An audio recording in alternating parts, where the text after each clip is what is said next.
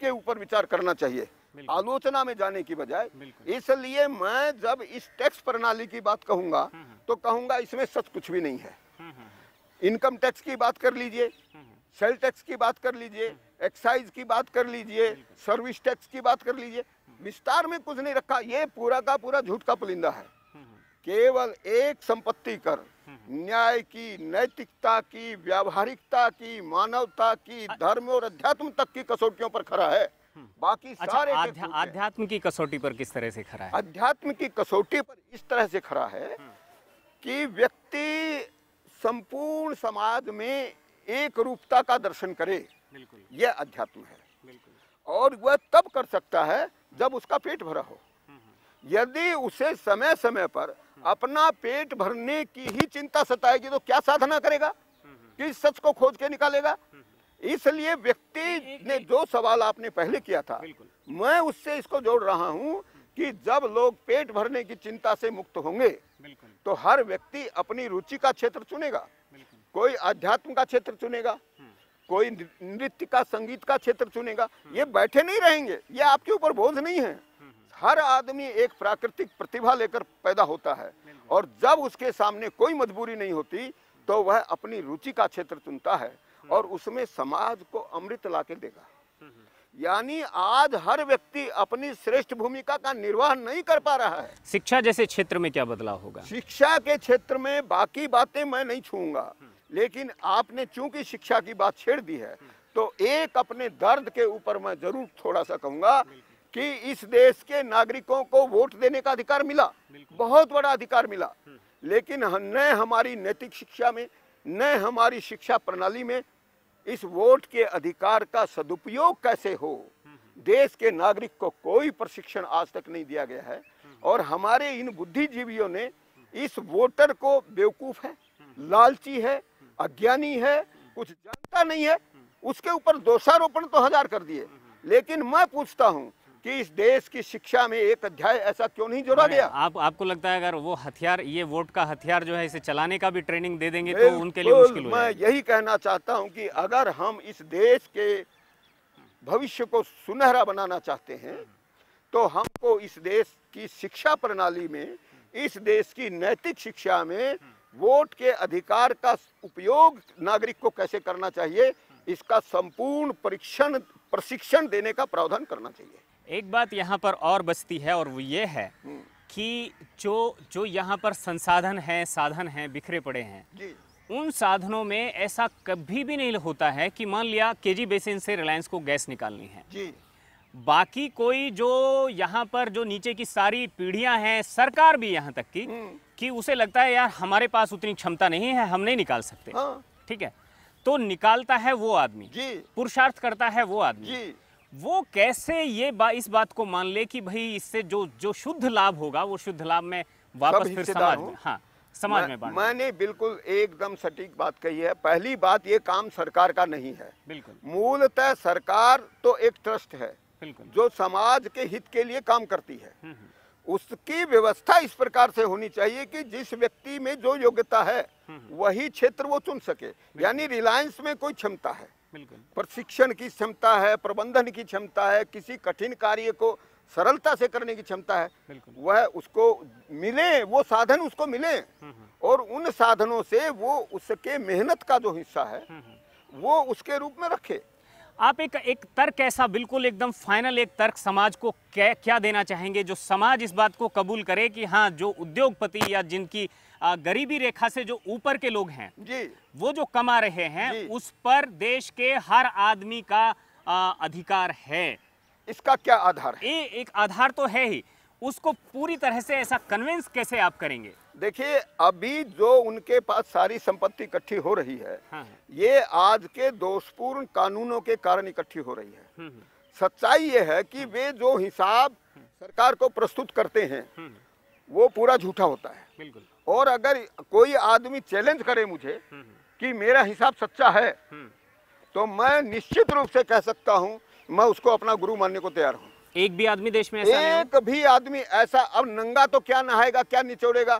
कोई बाबा जी नंग धड़ंग मेरे सामने आके खड़ा हो जाए कि मेरा रिटर्न सच्चा होता है, तो मैं क्या कहूंगा? जो रिटर्न देने की कैपेसिटी में नहीं है, जिसके रिटर्न का कोई अर्थ भी नहीं है। हो सकता है ऐसे कुछ लोग निकल जाएं।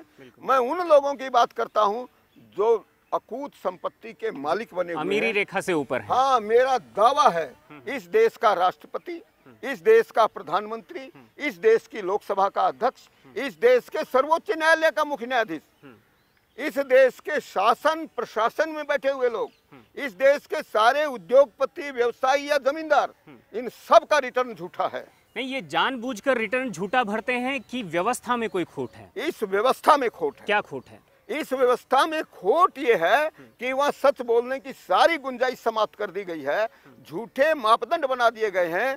संपत्ति के मूल्यांकन का बिल्कुल झूठा तरीका समाज में प्रचलित है, जिसका सच से कुछ भी लेना देना नहीं। और फिर कोड में खाज वो ये है कि निजी संपत्ति की गोपनीयता का आपने कानून बना दिया। मतलब मैं झूठा रिटर्न देता हूं, लेकिन इस देश के दूसरे नागरिक को मेरे रिटर्न के बारे में जानकारी लेने का अधिकार नहीं है।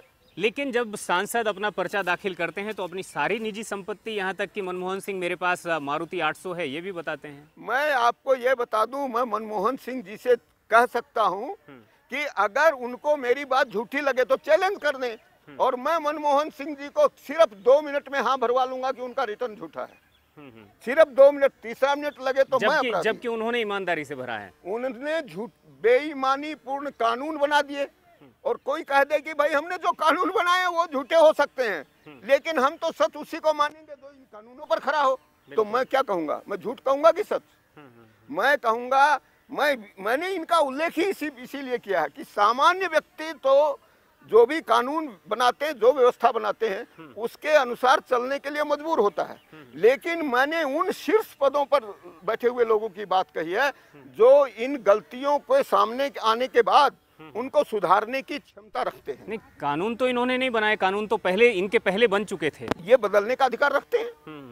हाँ, क्या आप इस बात को नहीं मानेंगे? इस देश में 95 से ज्यादा संविधान संशोधन हो चुके हैं, और आज भी वो संशोधन करने का अधिकार या रास्ता बंद नहीं हुआ है। और यदि मेरी बात झूठ लगती हो तो बजट बनाने का अधिकार मुझे दे दे।